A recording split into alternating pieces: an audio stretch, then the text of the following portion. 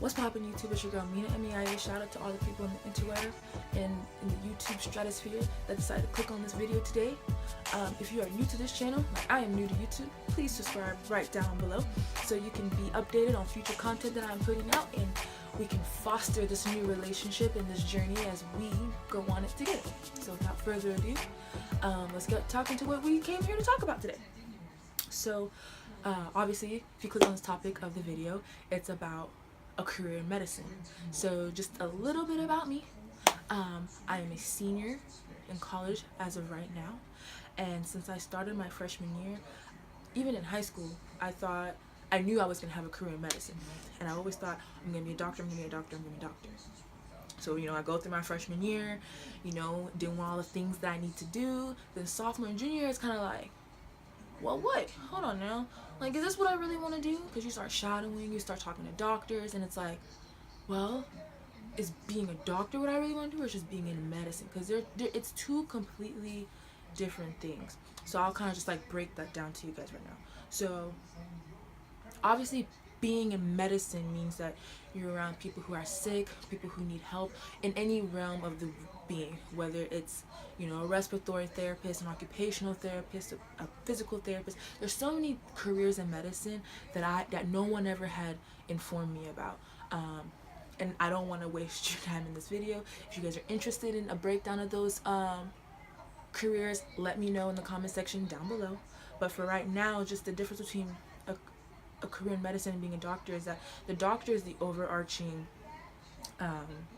person in power, not really in power, but the last person with the last say so, whether it's the hospitalist or the internist, and there's a bunch of different doctors as well. If you want a video about that, you already know, say it down below. But they have the last say so. Now, having a career in medicine means you can also help with a bunch of different things, but ultimately, depending on who that person's physician is or provider is, you answer to them. And I come from a Nigerian background, and so when I was a sophomore and junior, I thought when I had less of an influence, my parents or my mother had less of an influence over what I was going to do, I started to realize, well, is this what I really wanted to do? So I kind of went into, I wouldn't say depression, but I kind of went into an area of thinking where it's kind of like maybe like an existential crisis, where you're doing things day in and day out, but it's like you're going through the motions. And I felt that, and I knew that if I was to apply, I wouldn't be happy, and I felt like a part of me, I wasn't fulfilling a part of me. So I had to take a step back and think, all right, well, what is it that I'm still going through the application process with medical school and as well as PA school. I picked those two is that I like being in charge. And that's not a bad thing to say, because being in medicine, you need to be in charge. No matter what career you pick in medicine, you have to be okay with making those tough calls, especially when it comes to someone's health. Because when they're sick or incapacitated, they're trusting you. So you need to be confident, you need to be prideful, and you need to be okay with being in charge. Because this is not a career for the faint of heart. This is a career for people that are passionate and are intelligent and know what they want to do. So that's the first thing. So I knew I was going to be medicine. I knew I wanted to do be a PA or a doctor. Obviously, we know what a doctor does. They provide, they supervise the patient's care, they perform procedures depending on what field you go into. Now, PA, or physician assistant, for those who aren't familiar with the term, they do the exact same thing as a doctor, but their schooling and their training is a little bit different. And if you want to know about that, again, let me know below. I know a lot about the medical field, and I want you guys to be able to come in here and talk to me and ask me questions, and I want to be able to help answer them. So I want upcoming freshmen and sophomore who are watching this video to not be afraid to ask me these questions so I can help you out. But I digress. So I got it. So that's how I knew I wanted to be either or. The only difference is that the PA is under the supervision of a provider. But I also work in the ER, and the PAs that I watch, they really have their own realm of freedom. It's kind of a collaborative effort between them and the physician, which I think is really neat, because you're still in charge, but you still have that person to ask questions just in case. Now, I can handle that pressure, but there's also some different life things that you got to consider whenever you're choosing a career, especially a career in medicine. So that's kind of those are the things that those are the main things that I kind of struggle with, and my thought process of how to figure them out will get better, I believe, as my senior year goes on, as the application process goes on, as I'm getting back acceptance letters. And if the worst thing that happens is that they say no, and it's like, well, you guys are missing out, but that's cool. I'm gonna reply next year. I'm young, I have plenty of time, but in the meantime, I'm gonna pursue other things like this YouTube channel and other things that I've had dreams of doing. For as far as a career and the medical field in general, I kind of just want to give you guys like a short little summary, kind of about like how to get prepared for the process. And if you request more details, ask me questions down below. Again, like as always, I know I keep saying that in this video, but I'm a very open and honest person, so just ask me questions down below. So kind of the first thing I would say is, as you get into your freshman year, explore. Now, you will go in saying what you want to do, but and that's okay if you know what you want to do, but I would go in with more so like an open attitude and tell them you want to do something in this field, and they will break down different things. Now, once they break down different options and get you thinking about it, go ahead and just take those and run with them and shadow and research, and then maybe come back later in the middle of the semester and say, okay, I think I want to do this. Now, it may change what you want to do, or you may still want to do the things that the main thing you want to do, which is great. So now you can come back and tell them that exact thing, or say, well, I wanted to be this, but I think I like this, the options that you gave me. And then roll with it and shadow and get fully immersed. So that way you realize that the decision that you made as far as what your career is going to be in college is yours. Now, a little bit more in depth than medicine. Now, if you decide medicine is what you want to do, you definitely want to shadow. You definitely want to volunteer and get involved with a free clinic or a hospital, and call and ask around. No one told me I could do that. Call. So look up the free clinics in your area, call them, see if they take volunteers. You know, always have a resume ready. You can go to your career services center if your campus has one, or whatever service center that you guys have that will help you make resumes, and work with them. Have a resume ready so that when you're calling people, you can email them your resume. You can be like, yo, bada bing, bada boom. I'm gonna send you this, or yes, I've done this and this and that, or yes, I have good grades. That way, you can kind of talk yourself up. Because if you do that in the middle of the semester, then that's when you can say, I got good grades. I'm doing this. I'm taking these classes, and I want to add something else to my resume. So they'll love that. So for sure, get involved with volunteering and getting your grades. That's really all you want to do your first year. Don't worry about like all this crazy stuff that people will say they're doing, medical mission trips and this and that. Like, those things are great, but if you're anything like me in college, I had to work. So I didn't have a bunch of money laying around. Now, if you want to save and do those things, great. And I didn't know anything about those, I probably would have saved. But if you do know things about it and you need to work and stuff, try to save, figure out, how you're going to get it all done. And then from there, make the best decision for you. Like, if you want to work at your free clinic, work and go to school, work and get good grades, and then volunteer at the free clinic, and then maybe in the summer go on a mission trip, great. But don't stress about it. Those aren't things that you need or have to do. So then towards the end of your freshman year, depending on what medical school you want to go to, or what medical field you decide, you definitely want to look into some research.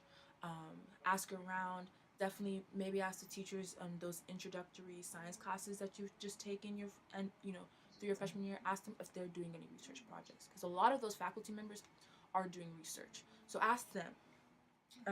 Make sure you obviously get a great grade in their class, an A or B, being honest. They want those kind of students in their research lab. And even if you make a C, just try it. You may have made a great enough impression by going into their office and just kind of getting to know them that they're like, you know what, let me take you under my wing. And they may help you with study tips or ways to do better. I had a lot of professors that didn't do great in school the first time around, came back around, have their PhD, and they gave me some great tips. So I'll start off there.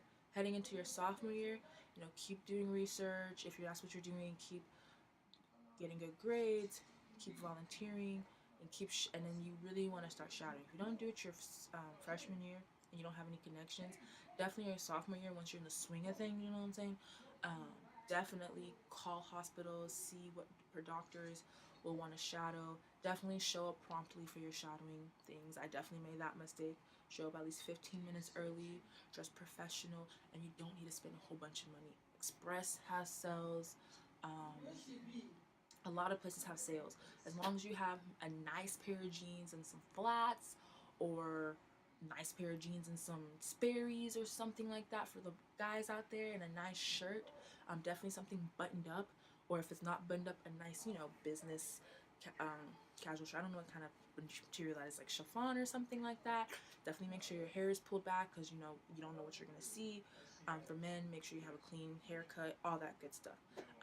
And the shadow, and that would help you get more comfortable. And so hopefully when you get more immersed in the actual career, you'll really make a decision if that's what you want to do. And if it's not, then you can say thanks but no thanks, you know what I'm saying, and then figure out something else and shadow someone else until you figure out what you want to do. And again, that's the mistake I made. I did not do that. So towards the end of my sophomore year, beginning of my junior year, I got a great internship, and that fully immersed me the whole summer. And I knew I wanted to do medicine, but that's when I kind of was like, well, do I want to be a doctor?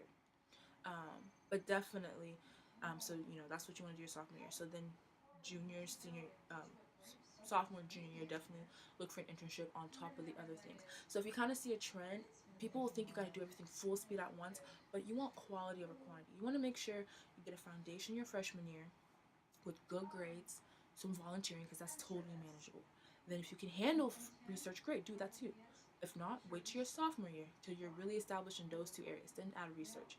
And then with all those things, you'll get great connections, great people to write your letter of recommendations or your LORs, and then you can get a great internship at the end of your sophomore year, beginning of your junior year. And you don't need a ton. People do a ton and do that. Quality over quantity. You can get into any top medical school, any top nursing program, all those places with quality over quantity. You don't need all of them in the world. If you have a couple great experiences with people that love and care about you, can write great letters, and that you can write great thought-provoking answers to the essays and things they ask, like, you're fine, you're done, you're in, like, you're good.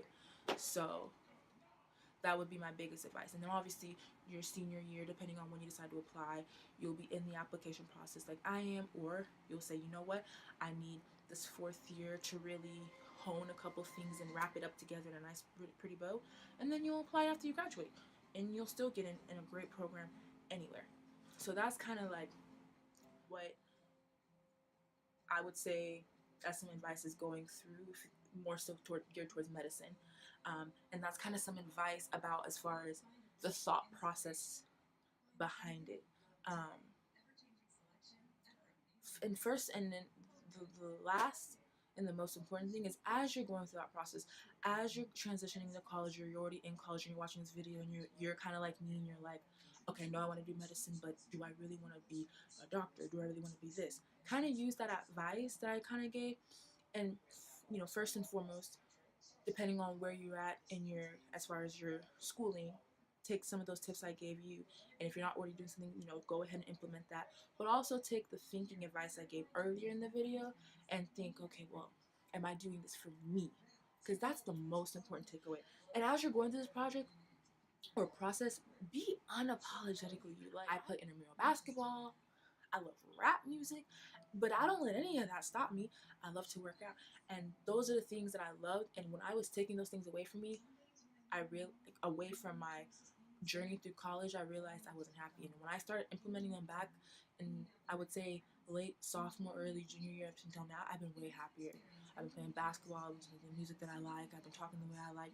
And obviously, I would need to work on, the main thing is you don't have to fit in the perfect box.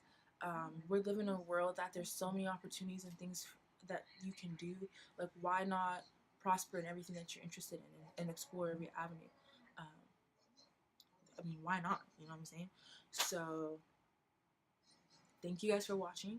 If you guys are interested in any of the videos, put them in the comment section down below.